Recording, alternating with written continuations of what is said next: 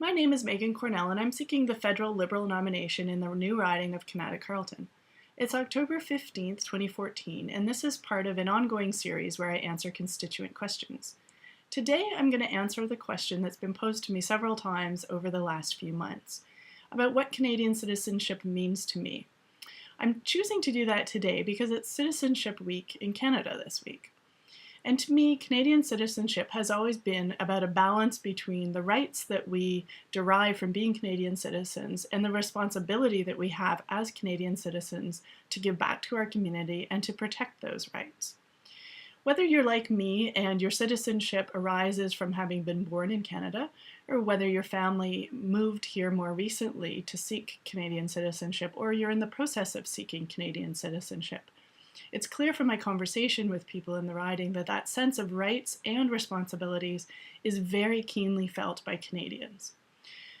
The rights side of the equation, to me, has always been very tightly tied to the Canadian Charter of Rights and Freedoms.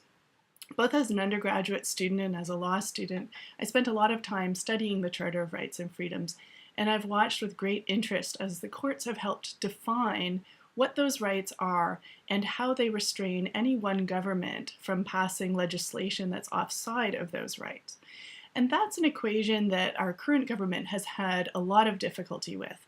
Time and again, they've been bringing in legislation that pits them against the court system, and their perspective as conservatives has been that a legislative body has the right to pass any legislation they want. And it's a complete rejection of the concept of the Charter of Rights and Freedoms that says that politicians and legislators have the right to pass laws, but they must meet these basic guiding principles. And those principles of rights and freedoms are just core to who we are as Canadians, and they should be driving both our domestic policy and our foreign policy. So that's the rights side of the equation. And again, to me, it's very strongly tied to the Charter of Rights and Freedoms. And I think we need to return to a government that respects the role that the Charter plays and understands the role the Charter plays, and is going to pass legislation that recognizes those core principles and have domestic and foreign policy that recognizes those core principles, rights, and freedoms that we have as Canadians. On the responsibility side of the ledger, that has always meant to me an engagement with your community and action taken to respect those rights that we derive from the Charter of Rights and Freedoms.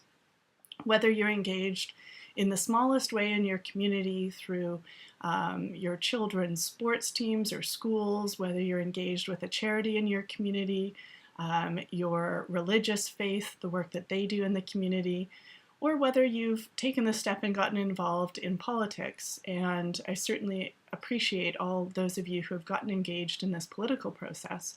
That is an engagement in our Canadian citizenship as far as I'm concerned.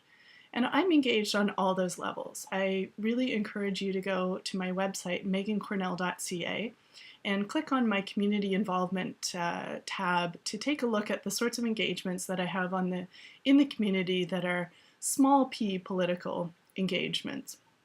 Obviously, I've run twice for the Liberals, and I'm seeking the opportunity to run a third time, this time in the 2015 election. So to me, big P political engagement has always also been a big part of the responsibility that I feel personally attaches to my Canadian citizenship.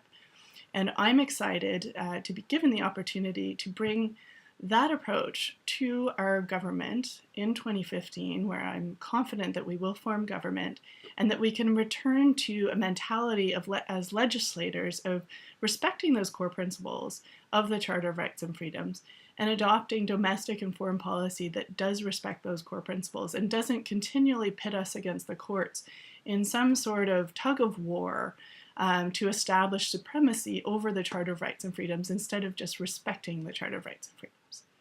So that, to me, encapsulates Canadian citizenship. It's both rights and its responsibilities.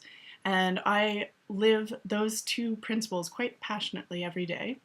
And I'm really enjoying the conversation that I'm having with those of you in the community on those very points over the last few months. So again, this is part of a series where I answer constituent questions Please send your questions to info@megancornell.ca. We have a pile of questions that we're lining up to answer in the coming weeks. I love receiving the questions. There's some amazing questions, and as most of you know, I also reply to them by email as well, but there's certainly ones that we like to share, answering by video as well.